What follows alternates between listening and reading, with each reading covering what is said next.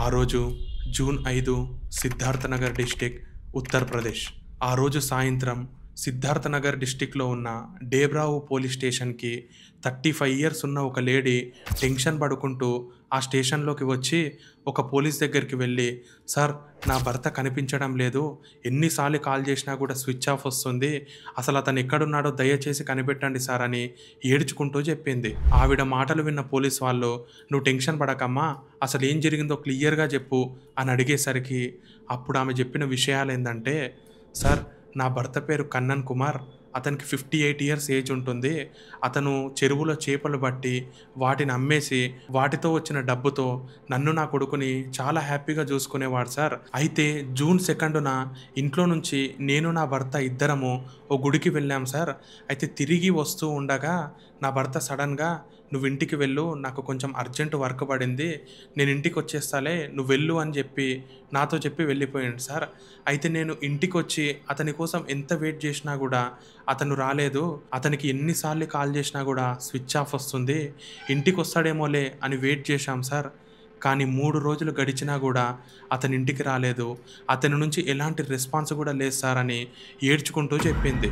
అప్పుడు అక్కడున్న పోలీస్ వాళ్ళు వెంటనే మిస్సింగ్ కంప్లైంట్ని రిజిస్టర్ చేసుకొని అతని కోసం వెతకడం స్టార్ట్ చేశారు.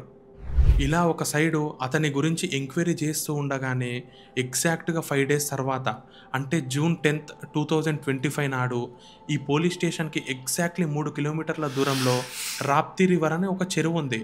ఆ ప్లేస్ నుంచి ఒక అతను ఈ పోలీసులకు కాల్ చేసి, సార్ ఇక్కడ ఈ రాప్తి రివర్ ఒడ్డున ఒక శవం ఉంది సార్ అని ఇన్ఫామ్ చేసిండు. సో ఆ విషయం తెలిసిన వెంటనే పోలీస్ వాళ్ళు అక్కడికి వెళ్ళి చూసి ఒక్కసారిగా షాక్ అయ్యారు.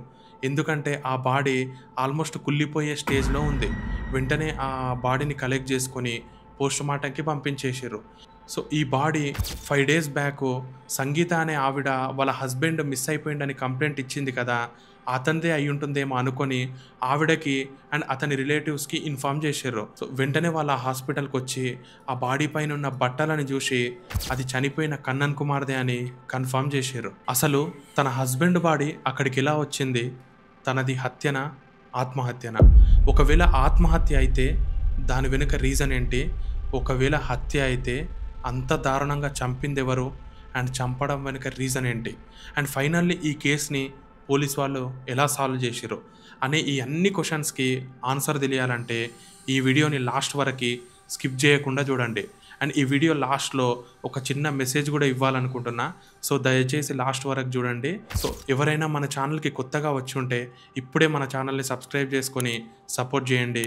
ఇక ఈ కేసులో ఆ రోజు ఏం జరిగిందో తెలుసుకుందాం.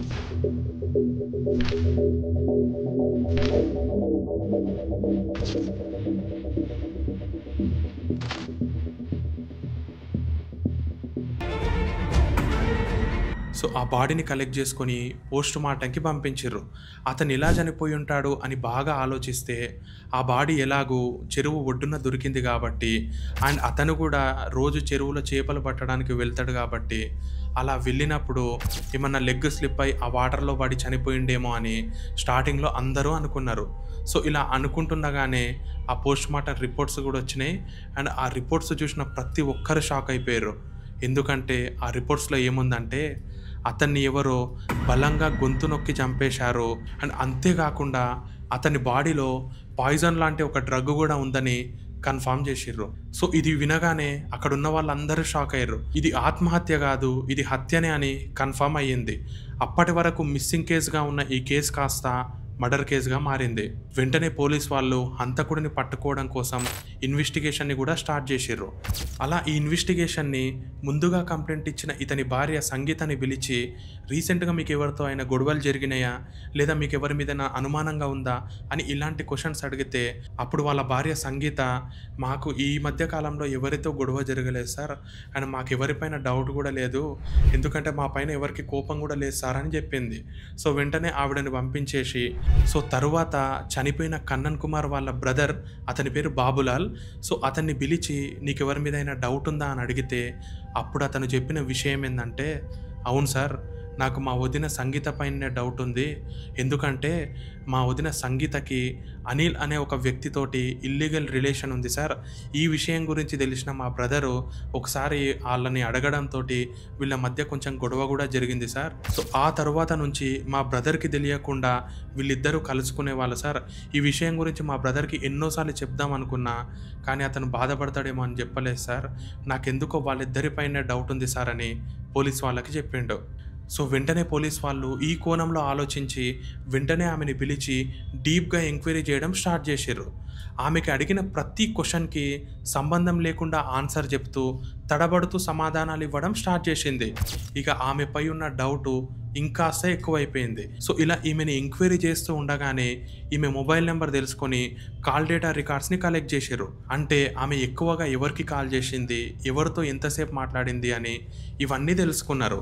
సో, ఇవన్నీ అబ్జర్వ్ చేస్తే ఆమె నిజంగానే అనిల్ అనే వ్యక్తితోటి ఎక్కువ సార్లు మాట్లాడినట్టు తెలిసింది. అండ్ అంతేకాకుండా ఏ రోజైతే ఏ టైంలో అయితే వాళ్ళ భర్త వర్క్ ఉందని వెళ్ళిపోయాడు అని చెప్పిందో ఆ టైంకి కూడా వీళ్ళ ముగ్గురి లొకేషన్ ఒకే దగ్గర ఉంది. సో, వెంటనే వీళ్ళిద్దరికీ ఈ హత్యకి సంబంధం ఉండొచ్చని అనుకొని వాళ్ళిద్దరిని పిలిచి వేరువేరుగా కూర్చోబెట్టి ఇంటరాగేట్ చేయడం స్టార్ట్ చేసిర్రు. సో, అలా వీళ్ళ స్టైల్లో వాళ్ళిద్దరిని వేరువేరుగా ఎంక్వైరీ చేసినప్పుడు అసలు విషయం మొత్తం సంగీత చెప్పేసింది. సంగీత చెప్పిన విషయం ఏందంటే, సంగీతకి కన్నన్ కుమార్‌కి 18 ఇయర్స్ బ్యాక్ అంటే 2007లోనే వీళ్ళిద్దరికి లవ్ మ్యారేజ్ అయ్యింది. సో, అప్పటి నుంచి వీళ్ళు చాలా హ్యాపీగా ఉన్నారు. అండ్ వీళ్ళిద్దరికి ఒక కొడుకు కూడా పుట్టిండు. అతనికి ఇప్పుడు 12 ఇయర్స్ ఏజ్. సో, వీళ్ళ లైఫ్‌ని వీళ్ళు చాలా హ్యాపీగా లీడ్ చేసుకుంటూ ఉన్నారు. అయితే 2 ఇయర్స్ బ్యాకు వీళ్ళకి ఒక ఫంక్షన్‌కి ఇన్విటేషన్ వచ్చింది.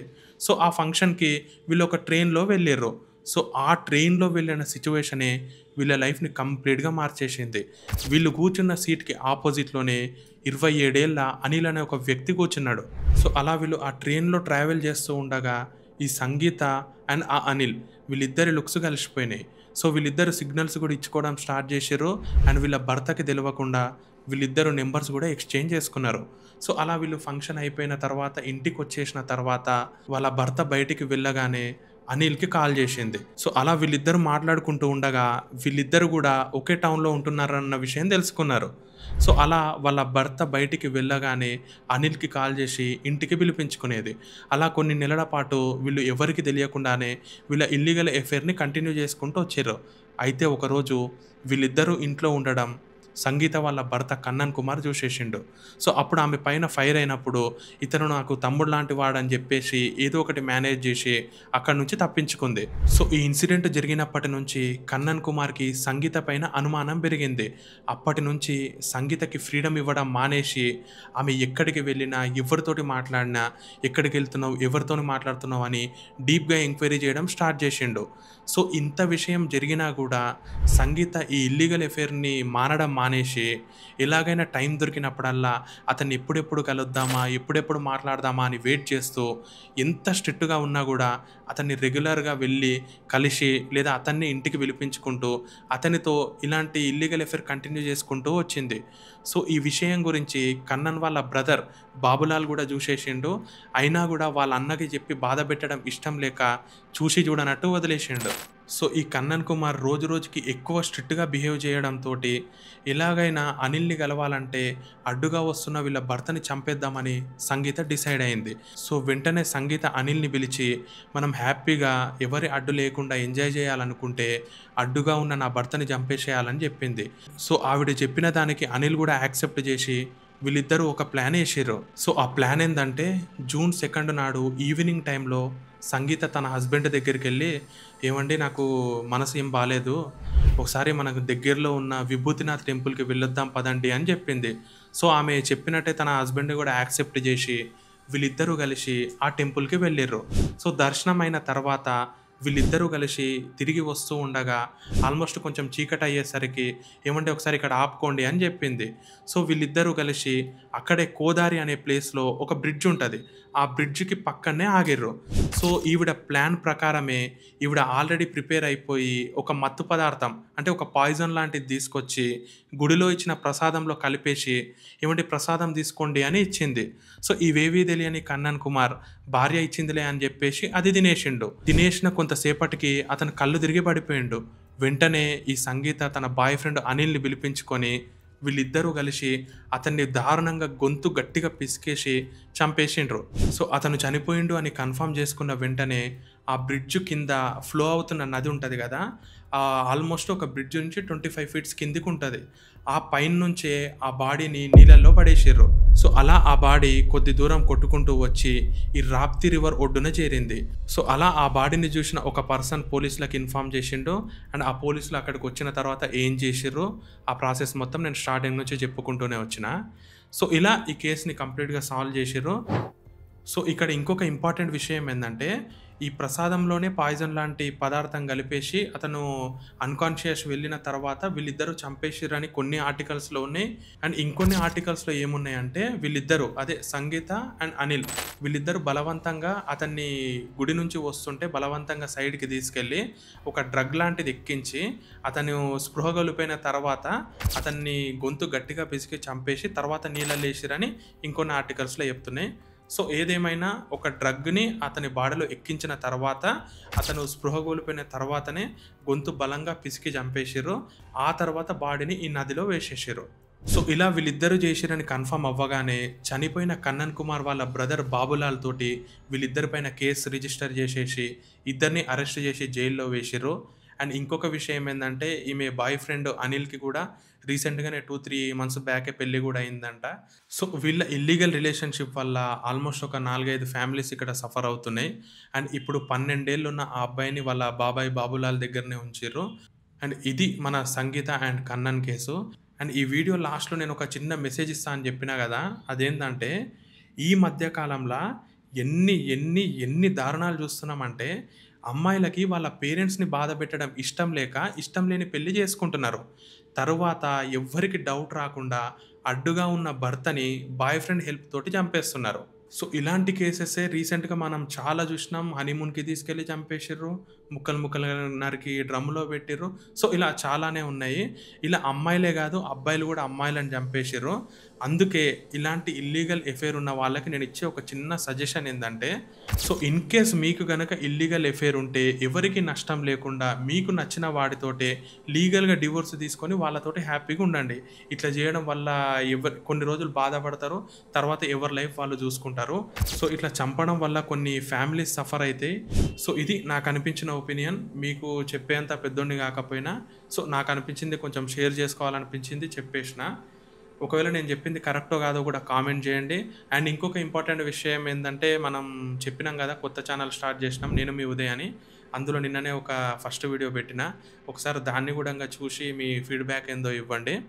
అండ్ ఈ వీడియో పైన మీ ఒపీనియన్ ఏందో కామెంట్ చేయండి. అండ్ ఒకవేళ నాతోటి మీ స్టోరీస్ని కూడా షేర్ చేసుకోవాలనిపించి ఇన్స్టాగ్రామ్లో ఉదయ్ డీకోడ్స్ అని మన ప్రొఫైల్ ఉంటుంది, దానికి మెసేజ్ చేయండి. ప్రతి ఒక్కరికి నేను రిప్లై ఇస్తాను. అండ్ ఇది ఇవాల్టి కేస్. నెక్స్ట్ ఇంకొక థ్రిల్లింగ్ కేసు తోటి మీ ముందుకు వస్తా. బాయ్.